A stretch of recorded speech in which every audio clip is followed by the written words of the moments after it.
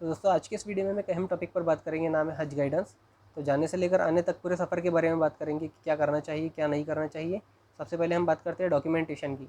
हमारे जितने भी आईडी कार्ड्स होते हैं, यानी कि पैन कार्ड, आधार कार्ड, इलेक्शन कार्ड, टीसी से लेकर हर एक डॉक्यूमेंट्स की हमें ज़रूरत पड़ती है ताकि हमारा पासपोर्ट बन सके। और इसमें एक खास चीज़ का ये ध्यान देना होता है कि हमारे ऊपर कोई कोर्ट केस ना हो। और अगर कोर्ट केस रहा और ना भी रहा तो हमें पुलिस स्टेशन जाना होता है वेरीफाई के लिए। कुछ हमें बेसिक क्वेश्चंस पूछे जाते हैं जिनका हमें जवाब देना होता है। तो डे बिफोर फ़्लाइट, तो फ़्लाइट के एक दिन पहले क्या करना होता है, हमें जितने भी हमारे ले जाने वाले ज़रूरी सामान होते हैं वो चेक कर लेना होता है। कुछ बर्तन होते हैं, कुछ कपड़े होते हैं। यानी कि हमें 40 से 42 43 दिन रहना होता है जो इंडिया से जाते हैं। और हज की 3 किस्में हैं, उनके बारे में हम बात करेंगे इसमें। तो सबसे पहले हम बात करते हैं कि फ़्लाइट के एक दिन पहले क्या करना होता है। वेरीफाई कर लेना होता है कि हमारे 2 बैग्स ले आना होते हैं हमें। तो एक हैंड बैग होता है, एक बड़ा बैग होता है ट्रैवल बैग। तो ट्रैवल बैग तो फ़्लाइट में लगेज के अंदर डाल देना होता है। और जो हैंड बैग होता है वो हमारे हाथ में होता है। हमारे जो हाथ में बैग होता है वो 5 से 7 किलो तक उसमें वज़न हम लेके जा सकते हैं। और जो बड़ा बैग होता है वो दोनों मिलाकर, हैंड बैग और वो बड़ा बैग मिलाकर दोनों के अंदर 25 किलो तक वज़न होना चाहिए। तो इसमें कोई ऐसा लिक्विड फॉर्म में कोई चीज़ नहीं होना चाहिए। तो ये ख़ास चीज़ों का ध्यान देना होता है। और जब हमें पता चल जाता है पहले कि टिकट आ जाता है, वीज़ा आ जाता है कि हमें किस एयरपोर्ट से जाना है, तो उस एयरपोर्ट पर हमें एक दिन पहले पहुंच जाना होता है दिए गए वक्त के मुताबिक। और पहुंचकर हमें कुछ ख़ास चीज़ों को ध्यान में रखना होता है। बहुत सारी चीज़ें हमें सिखाई जाती है वहाँ पर भी। और नशिस्त के अंदर हज को जाने से पहले 3-4 नशिस्त होती है। वो नशिस्त में भी हमें प्रोग्राम्स के अंदर समझाया जाता है। जो एक्सपर्ट होते हैं, जो इसके बारे में ज़्यादा मालूमात रखते हैं, वो उनके ज़रिए हमें गाइडेंस दिया जाता है। नशिस्त तो उसके कहते हैं। फ़्लाइट के एक दिन पहले रात में हमें गुसल कर कर एहराम पहनना होता है। एहराम पहनने के बाद में एहराम की नियत की जाती है और उसकी कुछ शर्तें लागू होती है हम पर। तो वो शर्तें कुछ इस तरह से है।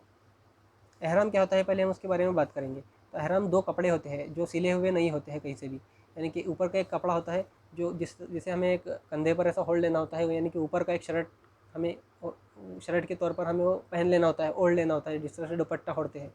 और एक नीचे की लुंगी टाइप में एक कच्चा कपड़ा होता है जो कहीं से सिला हुआ नहीं होता है, वो हमें लुंगी के तौर पर बांधना होता है। उसका बांधने का एक तरीका है जो लोग आपको सिखा देंगे। और उसके बाद में हमारी जो शर्तें हैं वो ये इस तरह से लागू होती है। खुशबू का लगाना मना है। एहराम जब बांध लेते हैं उसकी शर्तें जो लागू होती है, उसकी शर्तें ये है कि मर्द के लिए सिले हुए कपड़े पहनना मना। यानी कि लेडीज़ अपने पहले पहने हुए कपड़ों पर, उसके ऊपर उनका लेडीज़ का एक अलग एहराम होता है, वो एक स्कार्फ टाइप होता है। वो लेडीज़ उनके सिले हुए कपड़े पहनेंगे, उसके ऊपर वो स्कार्फ पहनेंगे, वही उनका एहराम है। तो मर्द का सर और चेहरा और औरत का चेहरा ढकना, यानी कि मर्द का सर और चेहरा ढकना ये मना है। और औरत का चेहरा ढकना मना है, यानी कि औरत सर पर ढकेंगी। तो बदन से बालों का काटना भी मना है। जू मारना या किसी चीज़ को मारना या शिकार करना या शिकार के बारे में सोचना ये भी मना है। नाखून काटना मना है। और भी बहुत सारी चीज़ें मना है जो आपको किताबों के अंदर मिल जाएंगी। वाजिबात में से किसी वाजिब को छोड़ना ये भी मना है। तो ये थी एहराम की शर्तें। तो अगर से आप हज के लिए इंडिया से जा रहे हैं तो एक तो आप पहले मक्का जाएंगे या फिर आप मदीना जाएंगे। अगर से आप मक्का जाते हैं तो आप जद्दा एयरपोर्ट पर आप लैंड करेंगे। तो जद्दा एयरपोर्ट से 20 से 25-30 मिनट पहले आपको मीकात बता दी जाएंगी, यानी कि बाउंड्री। मीकात मीन्स बाउंड्री, यानी कि हरम की एक हदूद होती है, एक बाउंड्री होती है। वो मीकात से पहले आपका हरम में होना ज़रूरी है। तो आइए जानते हैं हज की कितनी किस्में होती हैं। तो हज की 3 किस्में होती है। पहली होती है इफ़राद, दूसरी होती है किरान, और तीसरी होती है तमत्तु। तो इफ़राद जो होती है उसमें कुर्बानी नहीं होती है और हज के 5 दिन के लिए एक ही एहराम बांधना होता है। ठीक है। दूसरा होता है किरान। किरान में हज और उम्रा का दोनों का एहराम एक ही होता है, यानी कि पहले उम्रा करके आओ। और अगर से हज के लिए अभी टाइम है, यानी कि 8 ज़िल हज से 12 ज़िल हज तक ये हज के 5 दिन होते हैं। अगर से ये उम्रा करके आ गया तो उसे उसी एहराम की कंडीशन में, एहराम की हालत में रहना होगा तब तक हज के दिन शुरू ना हो जाए। ठीक है। यानी कि इसको जब तक मक्का में ही रुकना होता है। तो ये होता है किरान के अंदर। तो ये थोड़ा सा मुश्किल पड़ता है। और हज तमत्तो ये सबसे आसान पड़ता है। और जितने भी बाहर मुल्कों से आने वाले लोग होते हैं वो हज तमत्तो को तरजीह देते हैं और ये आसान पड़ता है। तो इसमें क्या होता है कि हज का एहराम अलग होता है और उम्रा का एहराम अलग होता है। उम्रा करके आ जाओ, उसकी कंडीशंस पूरी करके एहराम उतार लो, फिर बाद में हज के दिनों में अलग एहराम पहनो, तो ये थोड़ा आसान पड़ता है। तो दोस्तों हम एहराम पहनकर जब फ़्लाइट में बैठ जाते हैं और उतरने से पहले हमें मीकात की अनाउंसमेंट कर दी जाती है कि मीकात आने वाली है। तो उसके बाद में हमें उसके में मीकात से पहले नियत कर लेना होती है एहराम की, और तलबिया पढ़ना होता है। तलबिया ये होता है कि लब्बैक अल्लाहुम्मा लब्बैक लब्बैक ला शरीका लक लब्बैक इन्नल हम्दा वन नेमत लक वल मुल्क ला शरीका लक। इस तरह से ये तलबिया पढ़ना होता है कंटिन्यूसली, और ये मीकात से पहले शुरू कर देना होता है। तो आइए बात करते हैं हज के इन 5 दिनों के बारे में, 8, 9, 10, 11 और 12 ज़िलहज। जब हम हज के लिए जाते हैं तो वहाँ पर हम 40-42 दिन रुकते हैं। कुछ दिन मदीने में गुजारते हैं, कुछ दिन मक्का में गुजारते हैं। तो ये जो 5 दिन होते हैं, 8 ज़िलहज से लेकर 12 ज़िलहज तक, ये जो 5 दिन होते हैं यही हज के 5 दिन होते हैं। और इसमें ही स्ट्रगल होता है, इसमें ही चलना होता है, और इसमें ही हम एहराम की कंडीशन में होते हैं, एहराम की हालत में होते हैं, और वो शर्तें हम पर लागू होती है। तो जब हम 8 ज़िलहज को मक्का में फ़जर पढ़कर मीना के लिए रवाना होते हैं, उससे पहले हम एहराम बांधते हैं, और वो शर्तें हम पर लागू हो जाती है। उसकी नियत कर कर हम एहराम बांध लेते हैं। तो हम जब जाते हैं मीना के लिए रवाना होते हैं, तो हम एक छोटा सा हैंडबैग साथ में रखते हैं, जिसमें हमारी ज़रूरतों के सामान होते हैं, खाने पीने के खास तौर से, क्योंकि हमें पैदल चलना होता है ज़्यादा से ज़्यादा। और इसमें मीना जाते वक्त में हमें वहाँ पर हम किस खैमे में रुकने वाले हैं, किस मकतब में रुकने वाले हैं, मकतब नंबर और वो खैमा नंबर सब हमें दिया जाता है। और जो हमारे बिल्डिंग के लोग होते हैं वही हमारे आसपास में होते हैं। तो फजर पढ़कर मीना के लिए रवाना होकर मीना पहुंचकर ज़ोहर, असर, मगरिब और ईशा पढ़कर उसी रात वहीं क़याम करना होता है मीना के अंदर खैमे में। ठीक है। सेकंड डे, दूसरा दिन, 9 ज़िलहज, मीना में फजर पढ़कर अरफात के लिए रवाना होना होता है। वही हैंडबैग साथ में है हमारे। तो अरफात में जाकर ज़ोहर और असर पढ़ना होता है। और ये अरफात का दिन जो होता है बहुत ही इंपॉर्टेंट दिन होता है। इसमें दुआएं कबूल होती है, और इसमें खड़े रहकर हमें दिन गुजारना होता है दुआओं में। ठीक है, काबे की तरफ रुख करके हमें दुआएं मांगना होती है। और असर की नमाज होते ही शाम में हमें मुज़दलिफ़ा के लिए रवाना होना होता है। मुज़दलिफ़ा में जाने के बाद में वहाँ पर मगरिब और ईशा पढ़कर, मुज़दलिफ़ा एक खुला मैदान है जहाँ पर बारीक बारीक कंकरियाँ पड़ी होती है, और वो कंकरियाँ हमें 70 कंकरियाँ वहाँ से उठाना होती है। उन कंकरियों की हमें बाद में ज़रूरत पड़ती है, जो मैं आगे चल के बताऊँगा। तो मुज़दलिफ़ा खुले आसमान के नीचे हमें कुछ बिछाकर वहाँ पर सो जाना होता है, वहाँ पर एक रात गुजारना होती है। ठीक है। तो रात गुजारने के बाद में मुज़दलिफ़ा में तीसरा दिन जब आता है, मुज़दलिफ़ा में फ़जर पढ़कर हमें वापस मीना के लिए रवाना होना होता है फ़जर पढ़ने के बाद। ठीक है। अब मीना में जाने के बाद में हमें रमी जमरात, 7 कंकरियाँ, जो कंकरियाँ हमने मुज़दलिफ़ा में चुने थे, कंकरियाँ ऐसी हो कि ज़्यादा बारीक भी ना हो, न जो दिखे ना, और ज़्यादा बड़ी भी ना हो कि किसी को लग जाए। तो इस तरह से छोटी कंकरियाँ लेना होती है, चुनना होती है। और जो जमरात है, शैतान जिसको कहते हैं, शैतान बोले तो वहाँ पर एक दीवार होती है, तो उस दीवार को शैतान कहा जाता है। वो कोई रियल सचमुच का शैतान नहीं है जिसको आप चपला मारे, लोग मारते हैं। तो वहाँ पर मना किया जाता है इस तरह के कदम उठाने से। तो 7 जो कंकरियाँ होते हैं वो वहाँ के बड़े शैतान को मारा जाता है। ठीक है। उस दिन तीसरे दिन 7 कंकरियाँ बड़े शैतान को मारना होती है। उसके बाद में हमें कुर्बानी करना होती है। कुर्बानी वहाँ पर हाथ से करना, खुद जाकर दुम्बे को ज़ुबा करना, वो बहुत मुश्किल होता है क्योंकि भीड़ उतनी होती है वहाँ पर।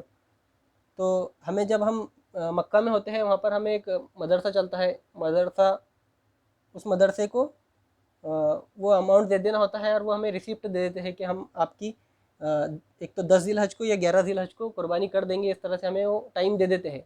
उसके बाद में जब हमारी कुर्बानी हो जाती है, हमें पता है एक टाइम कि कब कुर्बानी हमारी होगी, 10 तारीख को होगी या 11 तारीख को होगी।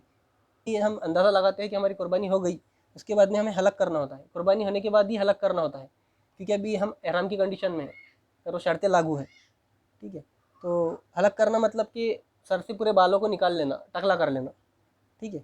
तो वो टकला तभी कर सकते हैं जब हमारी कुर्बानी हो चुकी हो। ठीक है। तो कुर्बानी होने के बाद में हलक करना यानी कि टकला करना, सर से पूरे बाल साफ़ कर लेना। उसके बाद में नहाना, नहाकर वो एहराम उतार लेना और अपने सादे कपड़े पहन लेना। ठीक है। तो किसी की 10 ज़िलहज को यानी कि तीसरे दिन कुर्बानी होती है, किसी की चौथे दिन कुर्बानी होती है। तो वो जो बाद में का कदम है जो हलक करना होता है, फिर उसे चौथे दिन करना होगा। जिसकी कुर्बानी अगर से तीसरे दिन नहीं हुई, चौथे दिन हुई, तो उसे हलक चौथे दिन करना होगा। उसके बाद में उसका एहराम उतरेगा और शर्तें लागू जो थी वो उतरेंगी, ख़त्म होंगी। ठीक है। उसके बाद में जब हलक हो गया तो उसके बाद में नहा धोकर साफ दूसरे कपड़े पहनकर ये जो तवाफ़ ज़ियारत है, यानी कि हमें फिर मस्जिद हरम में जाना है, तवाफ़ करना है। तवाफ़ ज़ियारत उसे कहते हैं कि तवाफ़ करना है और मुकाम इब्राहिम के पीछे 2 रकात नमाज़ पढ़ के दुआएं करना है, फिर जाकर जमज़म पीना है और सही करना है, सफ़ा मरवा की सही 7 चक्कर। तो सफ़ा से मरवा ये 1 चक्कर, मरवा से सफ़ा ये दूसरा चक्कर, तो ऐसे 7 चक्कर करने होते हैं सफ़ा मरवा के। और वो कर कर हमें आ जाना होता है वापस कहाँ पर, मीना में आना होता है। ये वहाँ पर टैक्सी वगैरह चलती है, उसमें भी सफ़र हम कर सकते हैं। तो उसके बाद में जब चौथा दिन आता है तो चौथे दिन हमें रमी करना है, यानी कि शैतानों को कंकर मारना है। जो हमने 70 कंकर यहाँ पर मुजदलफा में चुने थे, तो उन्हीं का हमें यूज़ करना है यहाँ पर अब। तो रमी करना है यहाँ, मतलब कि 3 शैतान है वहाँ पर, मतलब कि 3 दीवारें हैं। पहली दीवार मतलब कि छोटा शैतान, उससे बड़ा शैतान और उससे बड़ा शैतान। तो हमें छोटे शैतान को 7 कंकरे मारना है, उसके बाद में दरमियान शैतान को 7 कंकरे मारना है, फिर एक 7 कंकरे मारना है। तो 7 एक 7 7 21 कंकरे यहाँ पर यूज़ होंगे। फिर दूसरे दिन नमाज़ें वगैरह यहाँ पर हमारी होती रहेंगी, तलबिया हम पढ़ते रहेंगे। तलबिया जब से हम मीना के लिए जब एहराम पहन लेते हैं हम, तलबिया हमारा शुरू हो जाता है, लब्बैक अल्लाहुम्मा लब्बैक लब्बैक ला शरीका लक लब्बैक इन्नल हम्दा वन नेमता लक वल मुल्क ला शरीका लक। ये तलबिया है, ये हमें जारी रखना होता है हर वक्त। और नमाज़ें हमारी होती रह रही है। तो 4th डे 11 ज़िलहज को हम ये काम करेंगे, वापस आएंगे, अपनी नमाज़ें अपने वक्त पर पढ़ेंगे। फिर 12 ज़िलहज 5वां दिन रमी करेंगे, फिर उससे वो 3 शैतानों को 7-7 कंकरियाँ मारेंगे। ठीक है। तो अगर से जिसने तवाफ़ ज़ियारत अभी तक नहीं किया, 12 ज़िलहज आ गई, तो ये आखिरी चांस होता है, फाइनल चांस तवाफ़ ज़ियारत। तो इस दिन हमें तवाफ़ ज़ियारत कर कर वापस मीना में आना होता है। तवाफ़ ज़ियारत में क्या होता है आपको पता है कि तवाफ़ होता है, मुकाम इब्राहिम के पीछे 2 रकात नमाज़ होती है, दुआ होती है, उसके बाद में सही करना होती है और जमज़म पीना होता है और फिर वापस मीना में आना होता है। क्यों? क्योंकि ये 7-7 मतलब 7 तिरिक 21 कंकरें हमें तीनों शैतानों को मारना होती है। इसलिए ये कंकर शैतानों को कंकर मारने के लिए हमें मीना में आना ज़रूरी है। ठीक है। तो उसके बाद में सब कंकरियाँ मारने के बाद में सूरज डूबने से पहले हमें हरम की हदूद में यानी कि मक्का में आना ज़रूरी है। अगर से हम मीना से मक्का नहीं आए और अगर से सूरज डूब जाता है तो हमें छठे दिन मतलब कि 13 ज़िलहज को भी वहाँ पर मीना में ही रुकना होगा और फिर से 7-7 कंकरियाँ 21 कंकरियाँ तीनों शैतानों को मारना होगा और उसके बाद में सूरज डूबने से पहले निकलना होगा। तो वो जो छठा दिन होगा वो भी हमारे तवाफ़ ज़ियारत का आखिरी दिन हो सकता है अगर से हम रुकते हैं छठे दिन। ठीक है, ये थे हज के दिन। तो हज के इन 5 दिन हो जाने के बाद में यहाँ पर हमारा हज कंप्लीट होता है। अब मक्का में रहकर हमें इबादत करना है, 5 वक्त की नमाज़ें पढ़ना है और तवाफ़ करना है, उम्रे करना है। यानी कि जितनी उम्रे करते जाएंगे उतने उम्रों का सवाब अलग होता है और तवाफ़ करने का सवाब अलग होता है। और काबे की सबसे अच्छी इबादत कहते हैं कि तवाफ़ है और जितने ज़्यादा तवाफ़ करेगी उतना अच्छा होता है। कि काबे वाली मस्जिद उसको मस्जिद हरम कहते हैं, जो कि राउंड है, गोल है और बीच में काबा है। और वही एक ऐसा मस्जिद है जिसमें हम कहीं से भी कोई भी डायरेक्शन में जाकर काबे की तरफ देखकर नमाज़ पढ़ते हैं, काबे के डायरेक्शन में नमाज़ पढ़ते हैं। जितनी ज़्यादा नमाज़ें हम मस्जिद हरम में पढ़ सके या मस्जिद हरम की हदूद में पढ़ सके तो वो हमारे लिए बेटर होता है। और मस्जिद हरम की एक नमाज़ पढ़ने का सवाब 1 लाख के बराबर होता है और मस्जिद नबी में एक नमाज़ पढ़ने का सवाब 50,000 नमाज़ों के बराबर होता है। तो अब तवाफ़ किसे कहते हैं, तवाफ़ क्या होता है? तो मस्जिद हरम के अंदर जो काबे के कॉर्नर पर एक फ्रेम लगी हुई है, उस फ्रेम के अंदर एक पत्थर है, उसे हजर अस्वद कहा जाता है, जो कि जन्नत से उतरा हुआ पत्थर है। तो उस पत्थर की तरफ या उस पत्थर को छू कर वो सर्कल शुरू करना होता है, मतलब कि चक्कर शुरू करना होता है। जमज़म पीना है, वहाँ पर जमज़म के बकेट्स में रखे हुए होते हैं पानी, उस जमज़म को पीना है और वहाँ पर से भी दुआएं करना है। ये हो गए एक तवाफ़। तो इसी तरह से जितने तवाफ़ हमसे हो सकते हैं वो तवाफ़ करना होते हैं। तवाफ़ करना इतना आसान भी नहीं होता है क्योंकि बहुत पब्लिक होती है। एक तवाफ़ करने को 1 घंटा लग जाता है, 1 या पौन घंटा लग जाता है और अगर से पब्लिक कम है तो आधा घंटा भी लग जाता है। तो ये हुआ है तवाफ़ के बारे में। अब उम्रा, नफिल उम्रे हम कितने कर सकते हैं, मतलब कि हम जितने चाहे उतने नफिल उम्रे वहाँ पर कर सकते हैं और जितने तवाफ़ चाहे कर सकते हैं। और तो उम्रा करने का तरीका क्या है, तो उम्रा किस तरह से करना है। तो मस्जिद हरम जो है, तो उसके अतराफ़ में 3 किलोमीटर का एक सर्कल है, वो मस्जिद हरम की बाउंड्री है। उस बाउंड्री के दूर बाहर जाकर एक मस्जिद आयशा है, तो मस्जिद आयशा में जाकर, वो मस्जिद हरम की बाउंड्री, हरम की हदूद से बाहर है मस्जिद आयशा, वहाँ पर जाकर नियत कर कर, एहराम पहन कर, वहाँ पर 2 रकात मस्जिद आयशा में नमाज़ पढ़कर, तलबिया पढ़कर वापस आना होता है मस्जिद हरम के अंदर। फिर तवाफ़ करना होता है। तवाफ़ करने के बाद में मुकाम इब्राहिम के पीछे 2 रकात नमाज़ पढ़ने के बाद, दुआ करने के बाद, सफ़ा पहाड़ी पर जाकर जमज़म पीने के बाद में सही करना होती है। सफ़ा से मरवा पहाड़ी की तरफ जाना 1 चक्कर, मरवा से वापस सफ़ा की तरफ आना दूसरा चक्कर, ऐसे 7 चक्कर करना होते हैं। जाने का रास्ता अलग होता है, आने का रास्ता अलग होता है। तो वो भी एक मरवा एक पहाड़ी है, सफ़ा भी एक पहाड़ी है, तो इस तरह से वो डायरेक्शन होता है, हल्की सी पहाड़ी है।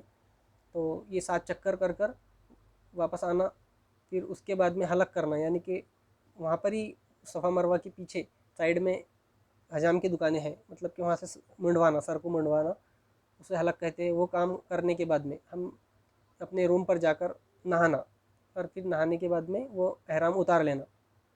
तो जो हम उम्रा करते हैं, ये उम्रा करने का तरीका है। अब जब भी हम एहराम की कंडीशन में होंगे, एहराम के अंदर होंगे, तो वो जो शर्तें हैं हम पर लागू रहेंगी जो पहले कही गई है, ठीक है।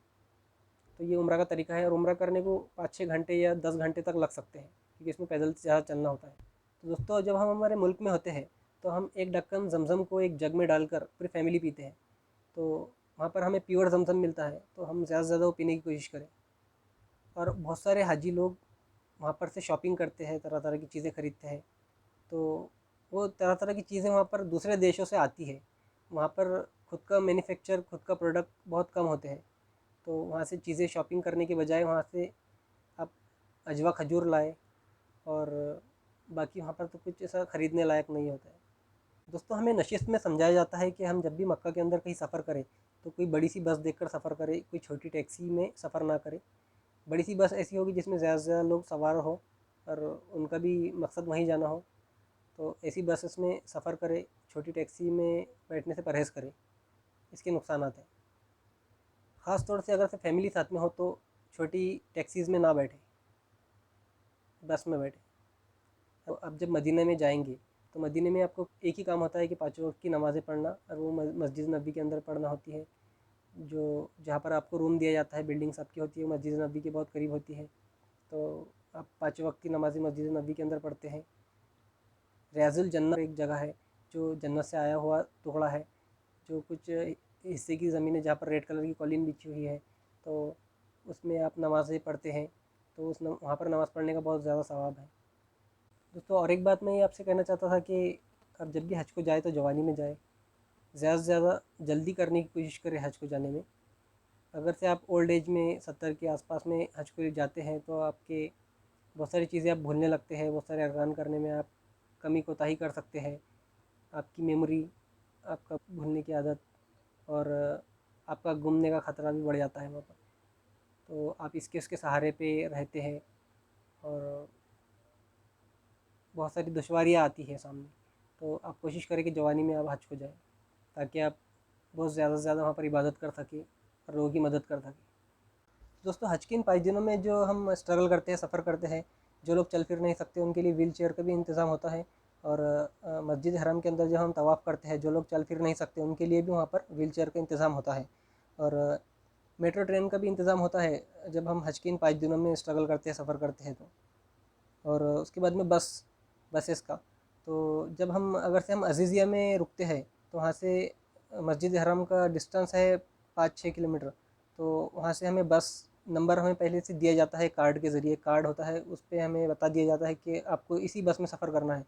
तो बस हमें एक मकाम पर लिया कर छोड़ती है, वहाँ से जनरल बसेस शुरू होती है, उसमें नंबर नहीं होता है, वो हमें मस्जिद हरम के सामने तक जो सुरंग है वहाँ तक लिया कर छोड़ता है, और वहाँ से हमें जाना होता है। जो लोग अज़ीज़िया से सफ़र करते हैं मस्जिद हरम तक, तो जो हम सुरंग से अंदर जाते हैं, तो हम क्लॉक टावर के नीचे से निकल कर हमारे सामने अब्दुल अज़ीज़ गेट होता है, बाब अब्दुल अज़ीज़ उसे कहते हैं। तो हम दरवाज़े की बात करते हैं। मस्जिद हरम के बहुत सारे दरवाज़े हैं और एक दरवाज़ा है बाबू सलाम।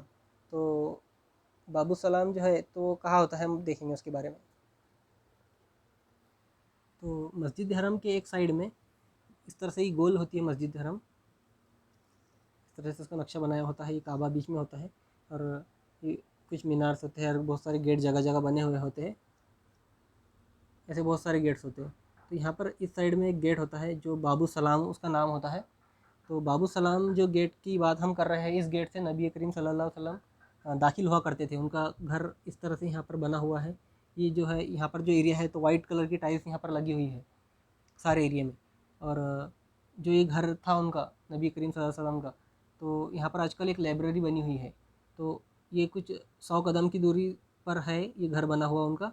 और यहाँ से ये आकर बाबू सलाम से दाखिल होते थे। बाबू सलाम जो गेट है उससे दाखिल होते थे और मस्जिद हरम में दाखिल होते थे।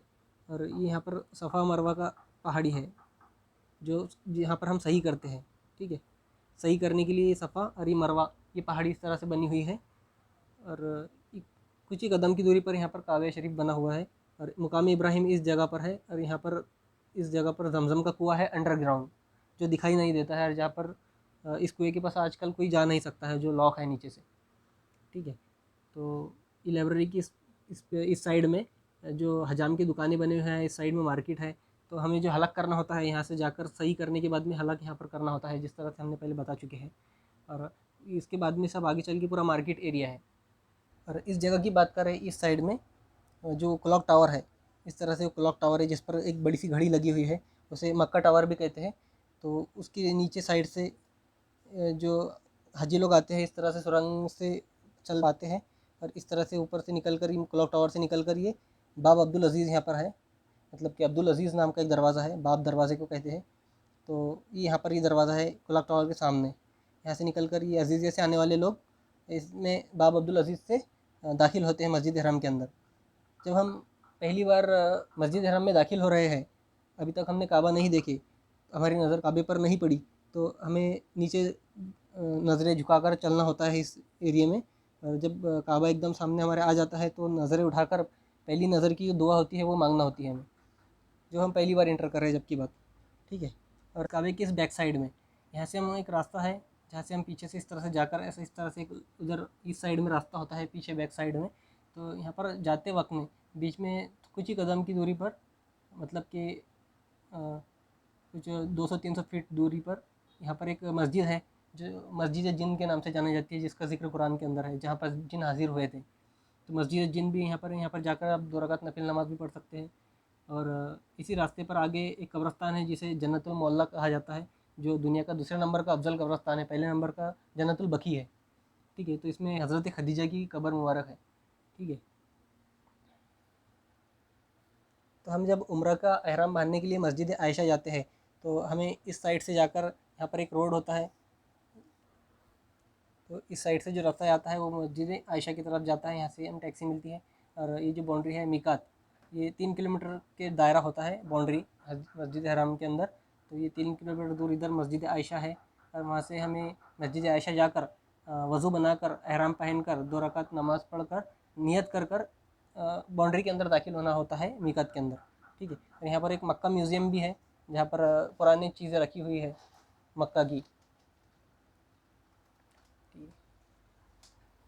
और मस्जिद हरम में इस साइड में जैसे बाबू सलाम है, इस साइड में जगह जगह ऐसे रूम्स बने हुए हैं, हॉल्स बने हुए हैं। तो इन हॉल्स में एक हॉल्स वो भी है जहाँ पर हज़रत उमर की बहन ने इस्लाम कबूल किए थे, नए नए इस्लाम में दाखिल हुए थे। जब इस्लाम में बहुत कम लोग दाखिल हुए थे मक्का के अंदर, तो उसमें हज़रत उमर की बहन भी थे जिन्होंने नया नया इस्लाम कबूल किया था। और हज़रत उमर को जब पता चला था तो वो आए थे गुस्से में।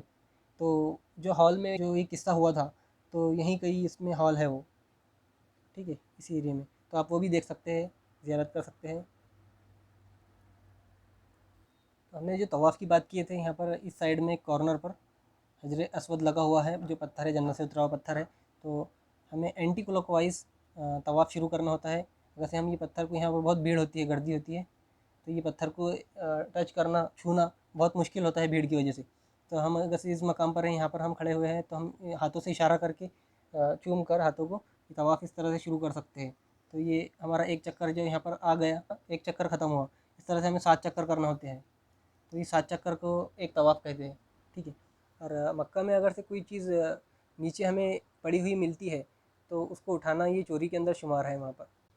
तो अब बात करते हैं तवाफ़, तवाफ़ ज़ियारत, उम्रा और तवाफ़ विदा, इनमें क्या फ़र्क है। सबसे पहले हम बात करते हैं तवाफ़ की।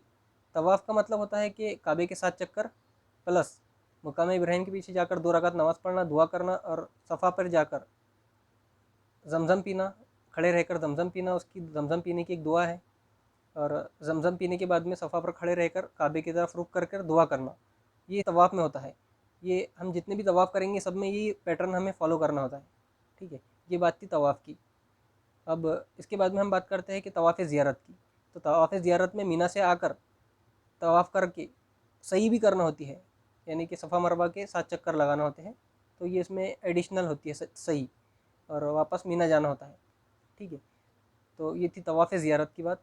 उसके बाद में हम बात करते हैं उम्रा की। तो उम्रा में मिका से बाहर जाकर, यानी कि मस्जिद आयशा जाकर एहराम पहनकर नियत कर कर वज़ू कर कर 2 रकात नफिल नमाज मस्जिद आयशा में पढ़कर वहाँ से मस्जिद हरम में दाखिल होना होता है और तवाफ़ करना होता है, यानी कि उसमें काबे के 7 चक्कर हो गए और मुकाम इब्राहिम के पीछे 2 रकात नमाज हो गई, दुआ हो गई। उसके बाद में सफ़ा पर जाकर खड़े रहकर ज़मज़म पीना हो गया और उसके बाद में वहाँ से सफ़ा पर खड़े रहकर दुआ पढ़ना हो गया काबे की तरफ रुख करके। और उसके बाद में सही करना होती है। उसके बाद में हलक करना होता है, यानी कि सर पर अगर से हमारा टकला पहले से बना हुआ है, इसके पहले हमने फ़र्ज़ करो हमने 2 दिन पहले उम्रा किए या 1 दिन पहले भी उम्रा किए, पहले हमारा टकला पहले से ऑलरेडी बना हुआ है, तो उसके बाद में भी उसके ऊपर ब्लेड घुमाना होता है, यानी कि बने हुए टकले के ऊपर भी ब्लेड घुमाना ज़रूरी है इसमें हलक करना मतलब, ठीक है। ये उसकी कंडीशन है। उसके बाद में हमें नहाने के लिए एहराम उतारना होता है। अभी यहाँ पर हमारी एहराम की कंडीशन इसमें ख़त्म हो जाती है उम्रा के अंदर, ठीक है। अब उम्रा यहाँ पर हमारा ख़त्म होता है। उसके बाद में हम बात करते हैं तवाफ़ विदा की। जो तवाफ़ होता है हमारे आम कपड़ों के अंदर हम करते हैं, ठीक है। तो तवाफ़ विदा में हमारे मुल्क जाने से पहले हम एक बार हरम शरीफ में आते हैं और काबे के 7 चक्कर लगाकर मुकाम इब्राहिम के पीछे 2 रकात नमाज़ पढ़कर सफ़ा पर जाकर ज़मज़म पी कर खड़े रहकर दुआ कर कर हमें मस्जिद हरम छोड़ कर जाना होता है। ये आखिरी हमारा तवाफ़ होता है, तो इसे इसलिए तवाफ़ विदा कहते हैं। तो इसमें इतना ही होता है। तो हम मक्का के अंदर रहकर बहुत सारे मकामात घूम सकते हैं, जैसा कि मस्जिद जिन है, जन्नतुल मोअल्ला कब्रिस्तान है, जब मक्का म्यूज़ियम हो गया, गारे हिरा है और ताइफ है। और वहाँ पर रहकर हमें एक अहम काम ये भी करना है कि वहाँ पर हमें खिदमत करना है। बहुत सारे लोग जो गुमशुदा होते हैं, ढूंढ रहे होते हैं, तो इनकी मदद करें। और ऐसे बहुत सारे हमें खिदमत करने के वहाँ पर मौके मिलते हैं, तो खिदमत भी करें। अब बात करते हैं मदीने की। तो मदीने के अंदर तो एक रफ़ नक्शा बना लेते हैं मस्जिद नबी का। इस तरह से ये चौकोन मस्जिद है और यहाँ पर एक साइड में गुंबद खिज़रा है, इस साइड में। और ये हरे कलर का गुंबद खिज़रा, यहाँ पर नबी करीम सल्लल्लाहु अलैहि वसल्लम की कब्र मुबारक है। और इस तरह से उसकी जगह जगह उसके भी गेट है बने हुए। यहाँ पर वो छतरी है जो ऑटोमेटिक खुलती है और यहाँ पर वाइट कलर का मार्बल लगा हुआ है। ये मार्बल कहते हैं कि ये मार्बल बनाने के लिए दुनिया की सबसे बड़ी कंपनी खोली गई, ठीक है। तो और दुनिया की सबसे महंगी मार्बल यहाँ पर लगी हुई है। सभी एक एक चीज़ उसके एंटीक है, ठीक है। तो यहाँ पर जो गुंबद खिज़रा है, ये पूरी मस्जिद के अंदर जगह जगह कॉलम्स बने हुए हैं। और यहाँ पर एक साइड में यहाँ पर एक लक्कर जगह है, यहाँ पर एक अलग किस्म की रेड कलर की या ग्रीन कलर की कॉलिन बिछी हुई है, जो जहाँ पर ज़्यादा रश रहता है, यहाँ पर ज़्यादा पब्लिक जमा रहती है। यहाँ पर वेटिंग पे लोग रहते हैं नमाज़ पढ़ने के लिए 2 रकात। ये जगह का नाम है रियाजुल जन्ना। तो ये कहते हैं कि जन्नत से उतरा हुआ टुकड़ा है यार, वापस ही जन्नत में जाएगा, इस तरह से इसके बारे में कहा जाता है। तो यहाँ पर नमाज़ पढ़ने के लिए बहुत पब्लिक भीड़ जमा रहती है। और यहाँ पर जो है तो मिंबर है और जगह जगह हम बहुत कुछ यहाँ पर मेहराब वगैरह पुराने तो सब कुछ है। तो हम बहुत कुछ यहाँ पर देख सकते हैं। और यहाँ पर साइड साइड में यहाँ पर सभी एरिया में जगह जगह छतरियाँ बने हुए हैं, जिसकी छाँव में लोग आराम करते हैं। और यहाँ से गुंबद खिज़रा से बाहर निकल, यहाँ पर तो ये ज़ियारत के लिए लाइन लगी होती है, यहाँ पर देखने के लिए कब्र मुबारक देखने के लिए लाइन लगी होती है और ये लाइन कंप्लीट होती है और यहाँ से देखने के बाद में ज़ियारत करने के बाद में यहाँ से लोग इस दरवाज़े से बाहर निकलते हैं। ठीक है, और बाहर निकलने के बाद में यहाँ से थोड़ी दूरी पर एक वॉल है, एक वॉल कंपाउंड है, जिसके बाहर उस साइड में जन्नतुल बकी है, जहाँ पर बहुत सारे सहाबा दफन हैं। और ये गेट कभी कभी खुलता है, उसकी कुछ टाइमिंग्स है। तो जन्नतुल बकी को भी देखिए, यहाँ पर एक बहुत ही सादा कब्रस्तान है, यहाँ पर सभी कब्रें सादी बनाई हुई है, मतलब कि एक पत्थर रखा हुआ है बस, और मिट्टी का एक उभार है और बस पत्थर रखा हुआ है। इस तरह से सादी कब्रें बनी हुई हैं यहाँ पर सभी। तो आप जाकर ज़रूर इसकी ज़ियारत करें। तो मदीने के अंदर ऐसे बहुत सारे और भी मकामात हैं जहाँ पर हमें जाना चाहिए, देखना चाहिए, ज़ियारत करना चाहिए। तो यहाँ पर मस्जिद कुबा है जिसका ज़िक्र है, और मस्जिद किबलतैन है जिसका कुरान में ज़िक्र है। ओहद का पहाड़ है, वहाँ पर भी हम एक ट्रिप चलती है, मतलब बस जाती है, जो इन सब मकामात की ज़ियारत कराई जाती है। तो अब बात करते हैं खजूर के बारे में। तो मदीने के अंदर जगह जगह खजूर की दुकानें होती है और उन दुकानों में सबसे आला और कीमती खजूर अजवा खजूर होती है। तो मैं आपसे रिकमेंड करूँगा कि आप उन दुकानों से ख़रीदने के बजाय जब आप ट्रिप पर जाएंगे तो मस्जिद कुबा के नज़दीक एक बाग है, जहाँ पर वो खजूर तोड़कर, ताज़ी खजूर तोड़कर वहाँ पर डालों में बेचने के लिए बैठे हुए होते हैं। तो आप वहाँ से खजूर अगर से ख़रीदें तो ये बहुत ही बेहतरीन ताज़ा खजूर आपको मिलती है। तो जब आप वहाँ पर जाएंगे तो आपको खजूर की पहचान भी हो जाएंगी कि कौन सी अजवा खजूर है और कौन सी दीगर खजूरें हैं।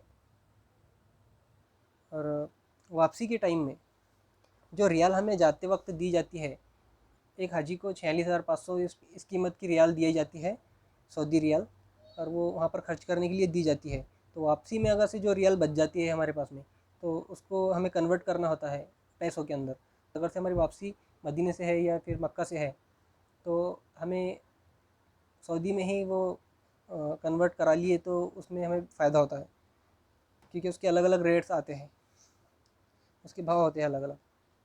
और जब हम आते हैं वापसी में तो बहुत सारे लोग छोटी छोटी बोतलों में जमज़म को चोरी से लेकर आने की कोशिश करते हैं, बैग्स के अंदर डालकर उसको छुपा कर किसी तरह से। तो वो वहाँ पर मना है, क्योंकि जो लिक्विड फॉर्म में जो चीज़ें होती है वो प्लेन के अंदर गिरने का ख़तरा होता है और उससे वायरिंग जलकर प्लेन को नुकसान होने का ख़तरा होता है। इसीलिए वो मना की जाती है वो सब चीज़ें लेकर जाना। और हर हाजी को 5-5 लीटर की कैंस दी जाती है गवर्नमेंट की तरफ से। ठीक है, और प्लेन के अंदर, बैग के अंदर बहुत सारे ऐसे सॉलिड मेटल वाले आइटम जो नोकदार हो या फिर किसी हथियार टाइप हो, पेन, मतलब कैंची हो, छुरी हो, इस तरह के मटेरियल लियाने से मना है। तो आज की इस वीडियो में मुझे लगता है कि जो कुछ भी बताना चाहिए, गाइड करना चाहिए थोड़ा बहुत, तो मैं कर चुका हूँ। और बहुत सारी चीज़ें बाकी है, बहुत सारी दुआएं हैं, बहुत सारी और भी मकामात हैं जिनके बारे में मैं बात नहीं कर पाया हूँ, और बहुत सारी चीज़ें और भी बाकी रह गई है। तो कमेंट करके बताएं। शुक्रिया।